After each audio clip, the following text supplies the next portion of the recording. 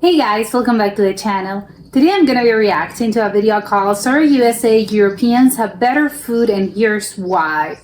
Okay, sounds very interesting, so let's check it out and comment, like, and subscribe.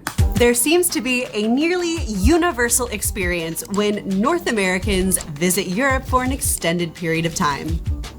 They start to feel better. And although a healthy amount of this healthy feeling is due to exercise and lifestyle, many people have argued that there seems to be something different going on with the food. So is there some truth behind it? Yeah, is the food like here science? in Europe really of a higher quality than the food that we get in the United States? Or is this more fiction than fact? To understand this question, we have to break down what quality actually means. Take a look at things like access to food, importance of seasonal foods, food production, food regulations, and finally, food flavor. Because hey, quality food should also taste good too. So Let's get subjective. started.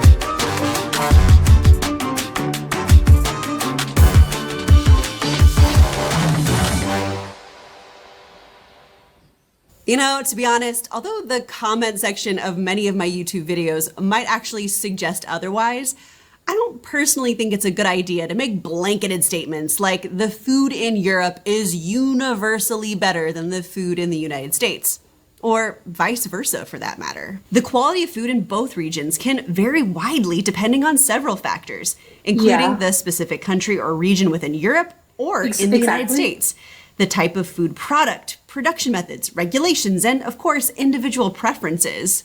Regardless of which region you happen to live in, you can find pockets of extraordinarily good food and exceptionally bad food. But if we're gonna try to understand differences in food quality, I think the best place to start is simply by just looking at who has access to quality food.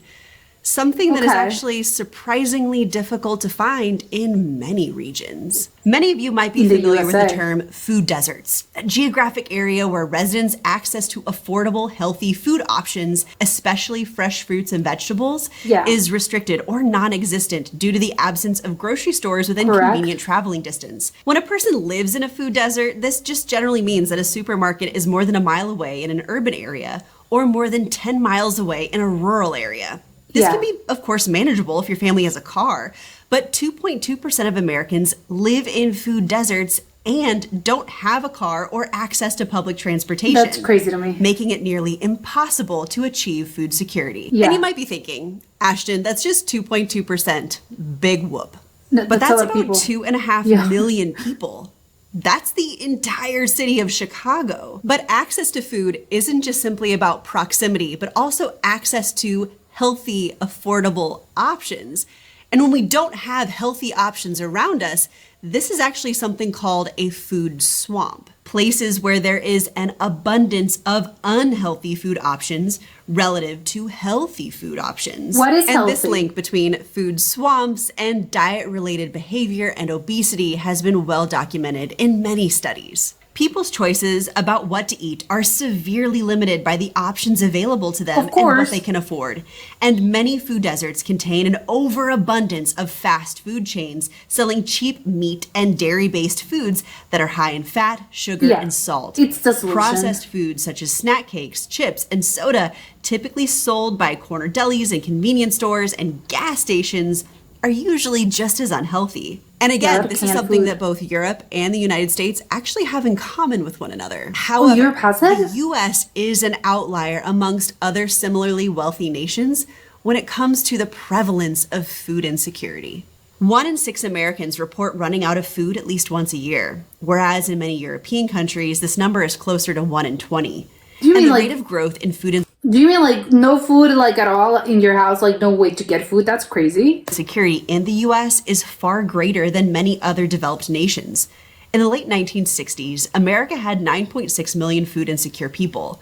By 2021, this number had grown 4.5 times to 44.2 million, or about 13% of the overall population. That's insane. In 2020, for comparison's sake, a smaller 8.6% of the EU population were unable to afford a meal with meat, fish, or a vegetarian equivalent every second day. And the fact that more Okay. Americans are food insecure than Europeans should really shock us all. After all, the United States has double the farmland base than that of the EU. Over It's a true. billion acres versus Yeah. 418 million acres, respectively. Yeah, I But hadn't thought here's of the this. kicker. The EU has 5 times as many farms at 10.6 million with an average size of 39 acres. What's happening in the compared with USA? just 2 million US farms averaging 485 acres. In the United States, federal farm policy traditionally has focused on price or income support programs concentrated on row crops, including grains, oilseeds, and cotton, as well as sugar and dairy. But in contrast, the EU, under its Common Agricultural Policy, provides extensive support to a broader range of farm and food products, including livestock products and fresh and processed fruits and vegetables. Okay. The EU That's really tends the to have focus. a stronger rural development emphasis and allows frequent exemptions for identifiably small farming units from certain cross-compliance restrictions and That's payment adorable. limitations. And ultimately, this means that fresh fruits and vegetables and meat are not only more readily available from local farmers to local consumers, but they also tend to be cheaper as well. It's clear because that there's food more. quality hinges on quality food. But access to quality food isn't just simply about proximity. Again, a lot of this also boils down to choice and consumer preferences about the kinds of foods that they want to have in front of them. And for me, Maybe. one of the biggest examples of this is the consumer preference here in Europe for seasonal foods. Yeah, you know, but cooking you with have to be seasonal accustomed to produce this. is often regarded by the best chefs as the key to more flavorful meals. But whether for financial Because reasons or fresh. time constraints, Americans seem to want their produce available all months All of the year. year. There's virtually little to no change in the vast majority of American Yeah. supermarkets throughout the true. year.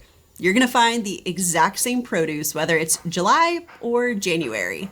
And ultimately, this does in fact impact taste. Buying out of season means Yes. the produce has to be picked long before it is ripened and then shipped very long distances from the southern United States or Mexico or Central America.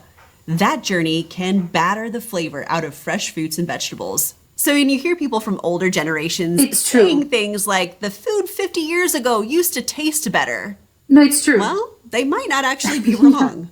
Perhaps the best Yeah, like if you ever had like a fresh anything, like the taste is very different from the thing that's been at a supermarket like for God knows how long. example is the tomato. They're incredibly popular and they're often considered the highest value vegetable crop worldwide. A tomato's Really? flavor is determined Tomatoes are by good. sugars and acids, which activate our taste receptors, and a set of volatile compounds which trigger our smell receptors. The combination of the two creates the unique flavor that makes a perfect fresh pasta sauce, or, hey, my favorite, a BLT, so delicious. Today, tomatoes are bred to salad? travel long distances without getting bruised and sit in storage without going bad.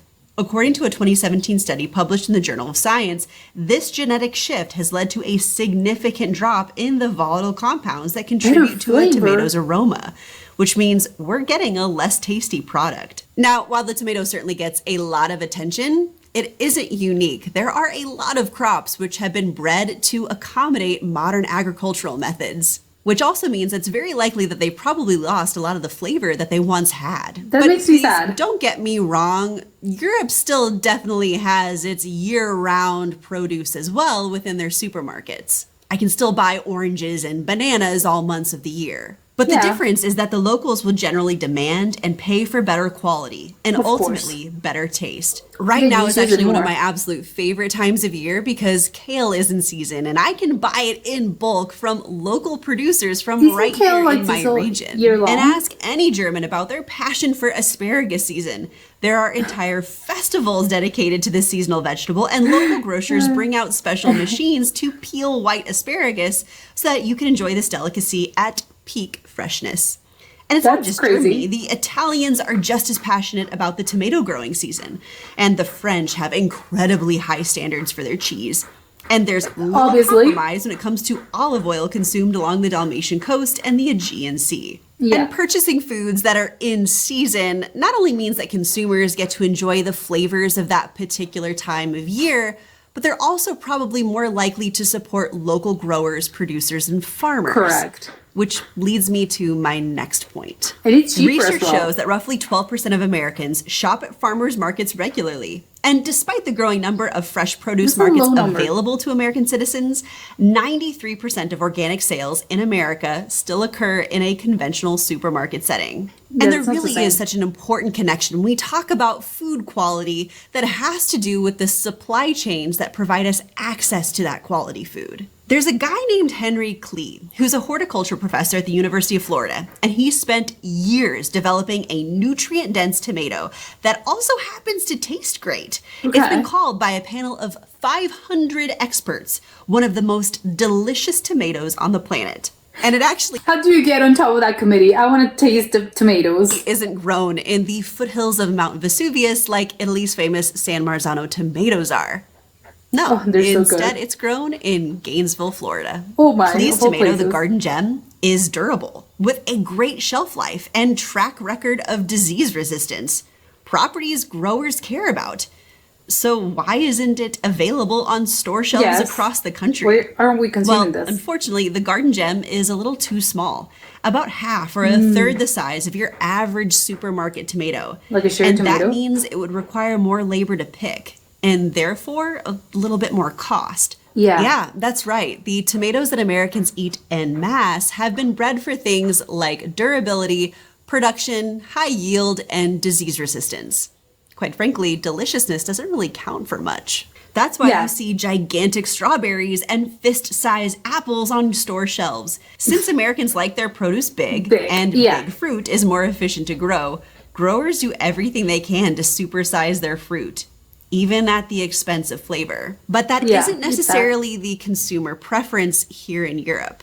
In comparison, Yes, on exactly. average, 15% of all EU farms sell more than half of their production directly to consumers, with the highest share of farms involved in direct sales located in Greece, Slovakia, and France, where a whopping 50% of farmers who sell vegetables and or honey do so within what are termed short food supply chains, Oh. abbreviated SFSC, a supply chain involving a limited number of economic operators committed to cooperation and close The best. geographical and social relations between producers, processors, and As it should be. consumers.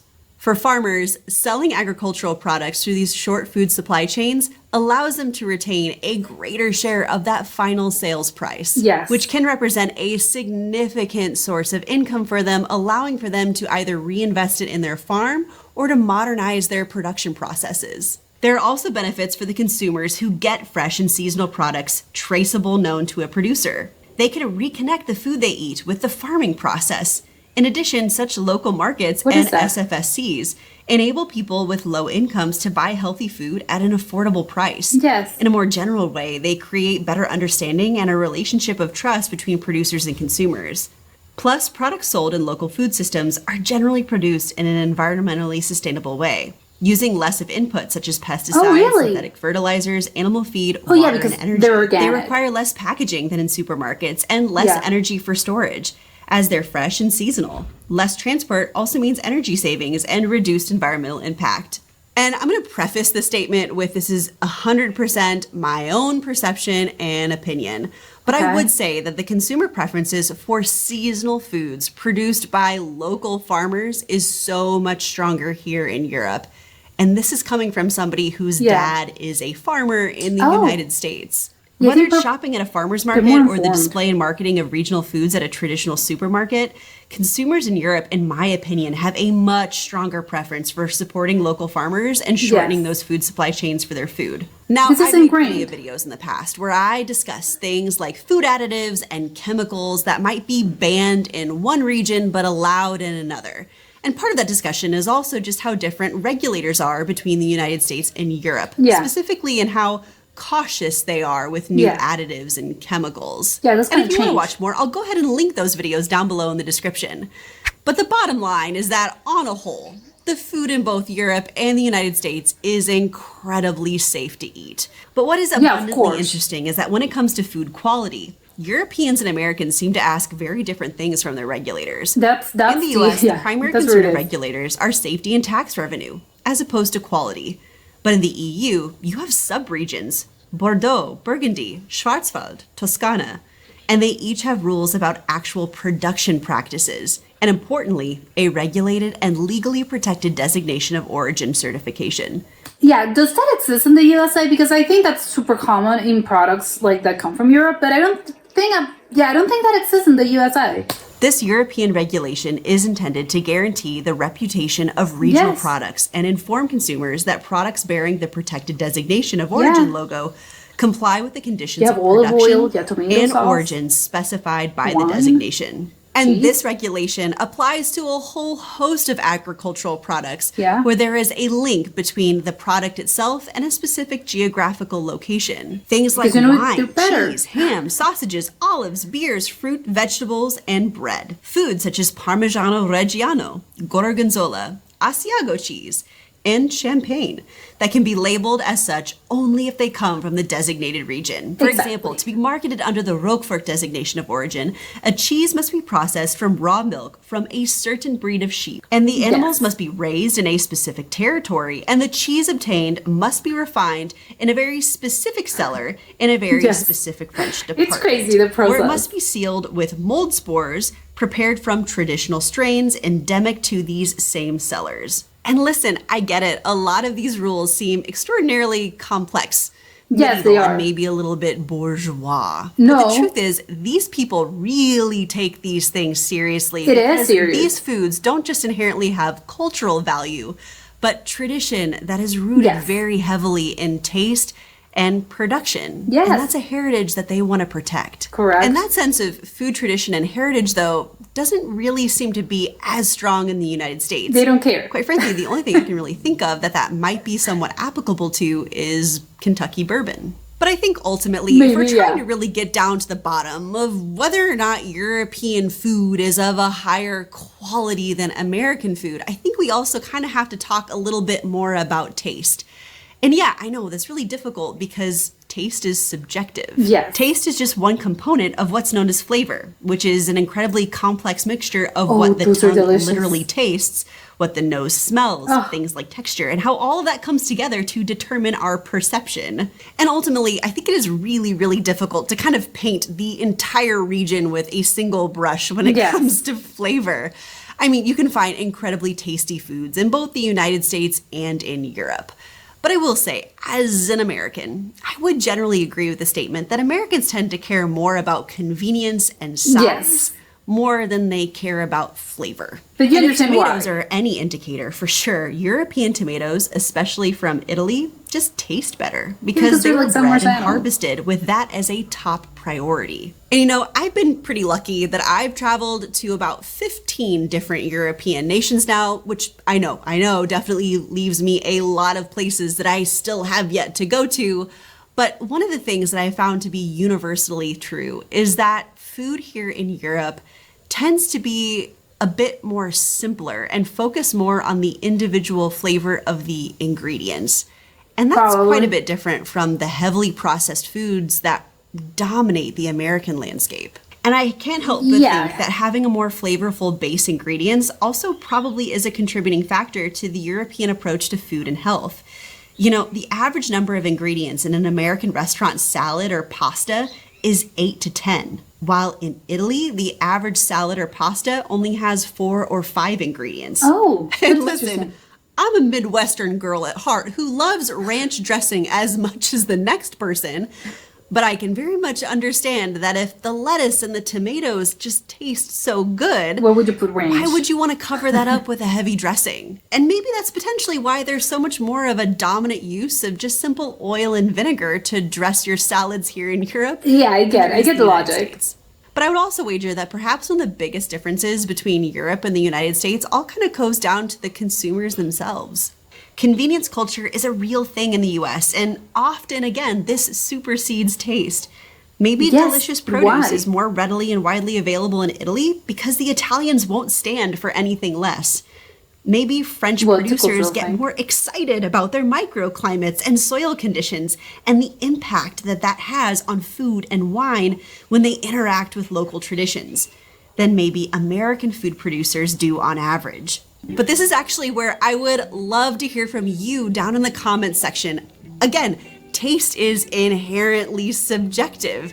So, what do you subjectively think about the taste of food that you've experienced in Europe and or in the United States?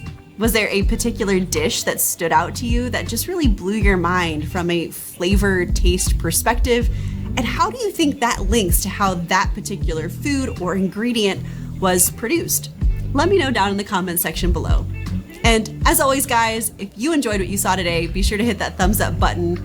And for more content from Type Ashton, hit that subscribe button. So, I'll see you next Sunday.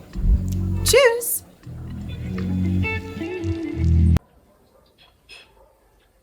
Okay, yeah. I think there's like so much to unpack here. I think there's just, like on one hand, yes, I do believe, yes, a lot of things she said, really, like, she had a great point.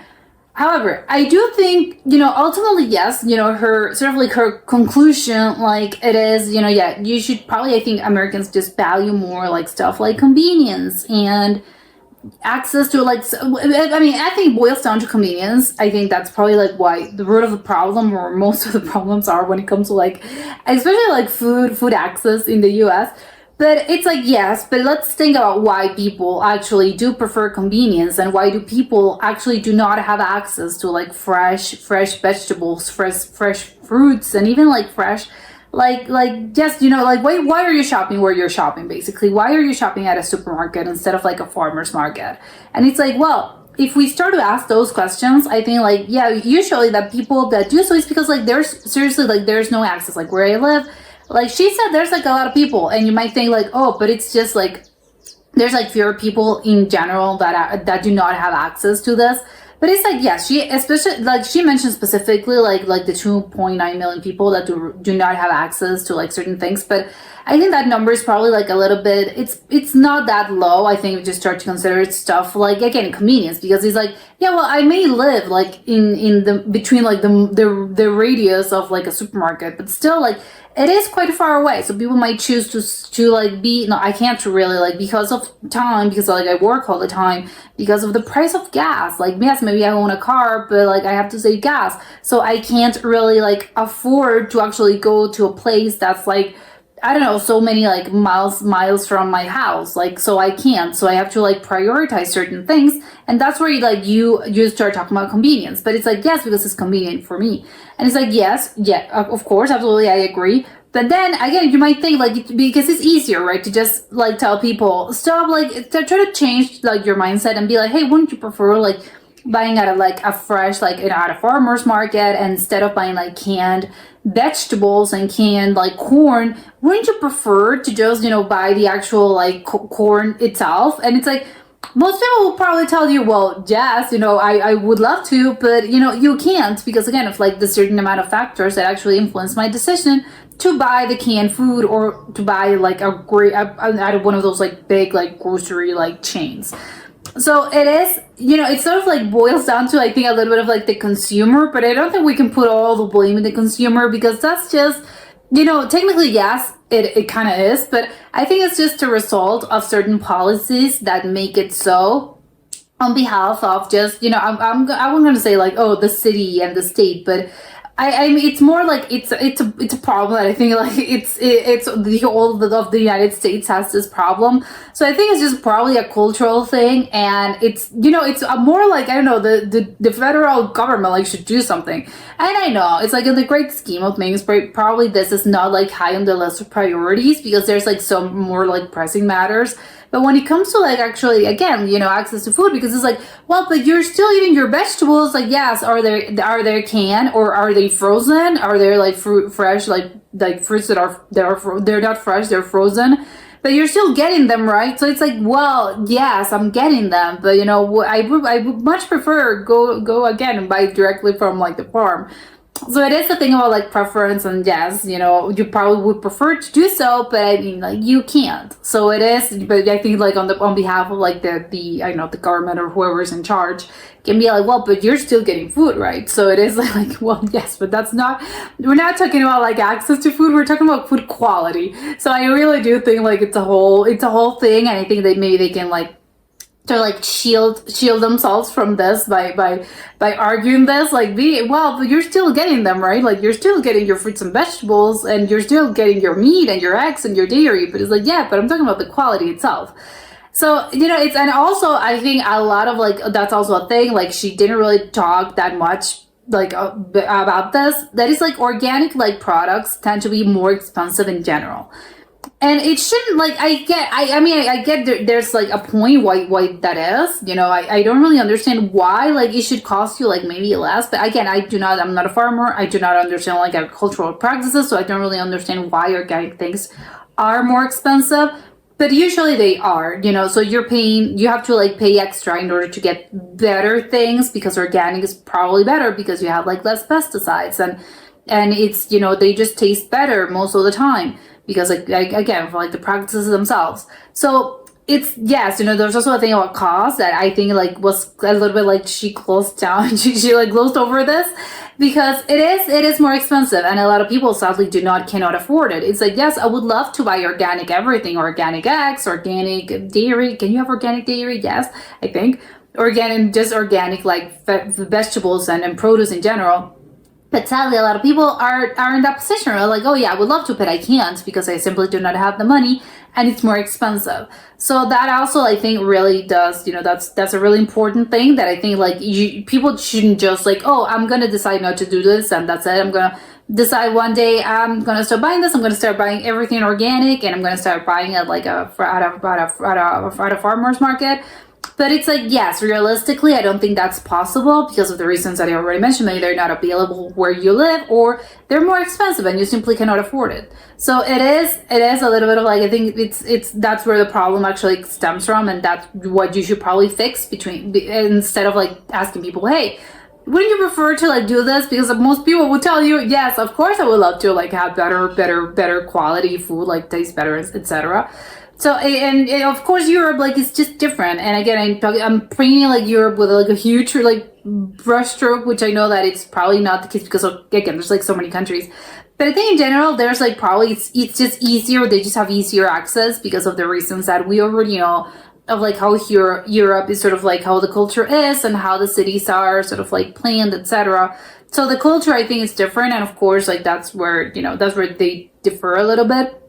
But I think in general as well, and culturally, that's where I think like maybe people should change like their mindset. I think people in Europe are probably more accepting of the whole, and probably I think they're probably more connected maybe with the whole like how the process goes from farm to table, like, and that's why they oh yeah, why wouldn't I buy local? Like I'm going to support. There's probably more of an interest of like, hey, I have to buy local because I'm going to actually support like the local farmers. And I know that also like food is just going to be better in general because like, yes, it's not going to be stored, like it doesn't have to travel like 4 or 5 countries, although I know in Europe it's technically like it takes you less, but it's like it's not going to be traveling by, I don't know, oh, did my apples traveled, I don't know, and I know the apples not really, but I don't know, like this vegetable traveled for like 2 weeks in order for me to get here. No, it isn't like that. It's more like, yes, it really goes from like farm to table, which, like as fewer hands as possible, like the produce like passes through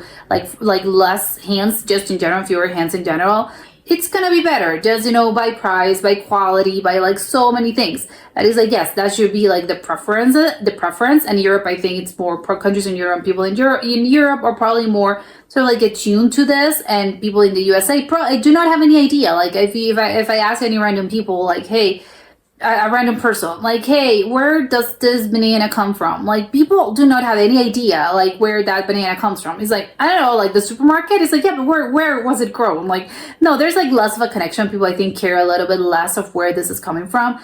And that's not even getting into, like, the product of origin, like, the thing of, like, the DOP. Because it's like the denomination of origin that I think, again, like I was mentioning this, I don't think that's a thing in the US. In the US, I think there's a solely a European thing.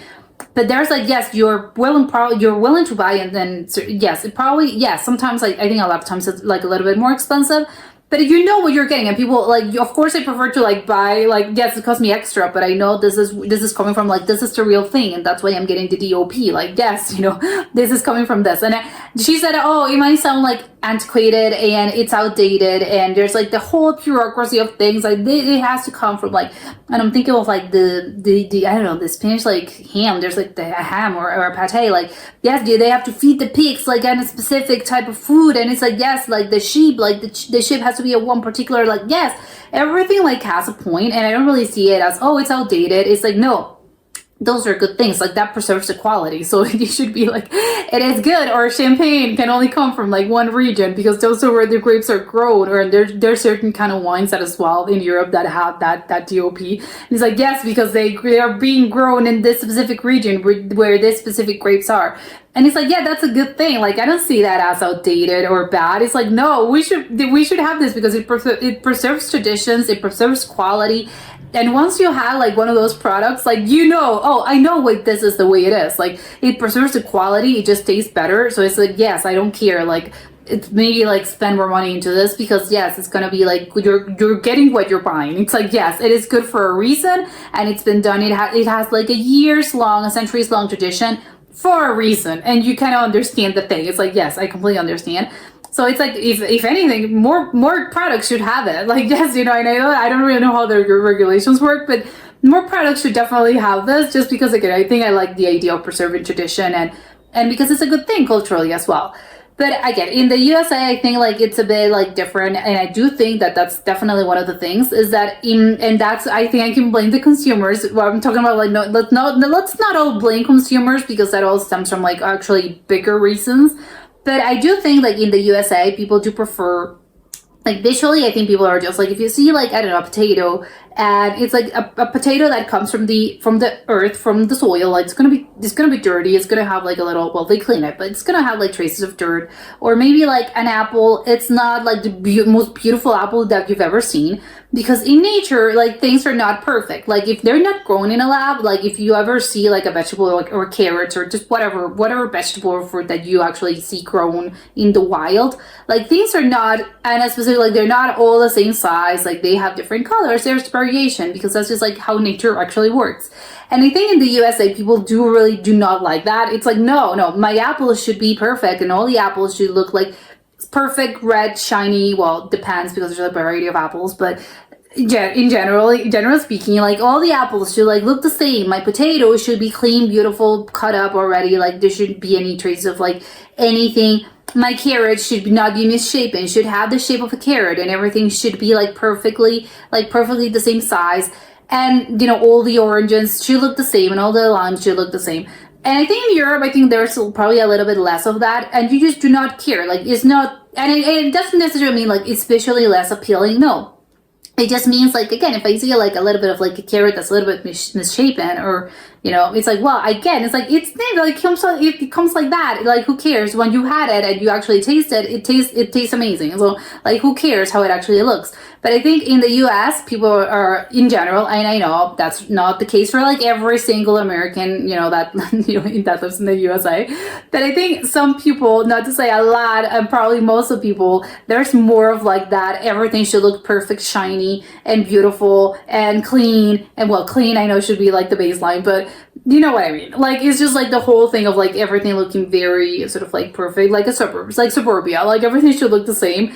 And in Europe, it's just like they pay less attention to that. It's like I don't care. Like if I go to a farmer's market, yes, I'm not expecting every single like cranberry to look like exactly the same, because again, it's not grown in a lab, it's grown in nature, and that's how nature works. So you know, it's like it's actually a good thing. It tells me, and I don't know, I personally prefer that, because it's like yes, it tells me that there's been less of a like the human hand in, you know, messed around like with this vegetable. And it's a good thing, because they most of the times, not to say like 99% of the time, those actually taste better. The things that are sort of like grown to be in a particular kind of way, like she said, they're grown for durability, they're grown for like other things, and like taste doesn't really come into like the whole, you know, into like what we're doing here, because it's more about like, yes, you want to, you know, the yield of crops, like it's better because again, it's capitalism, and you want more money, et cetera, and you want the things to cost less. So quality and actual taste like is less of a factor.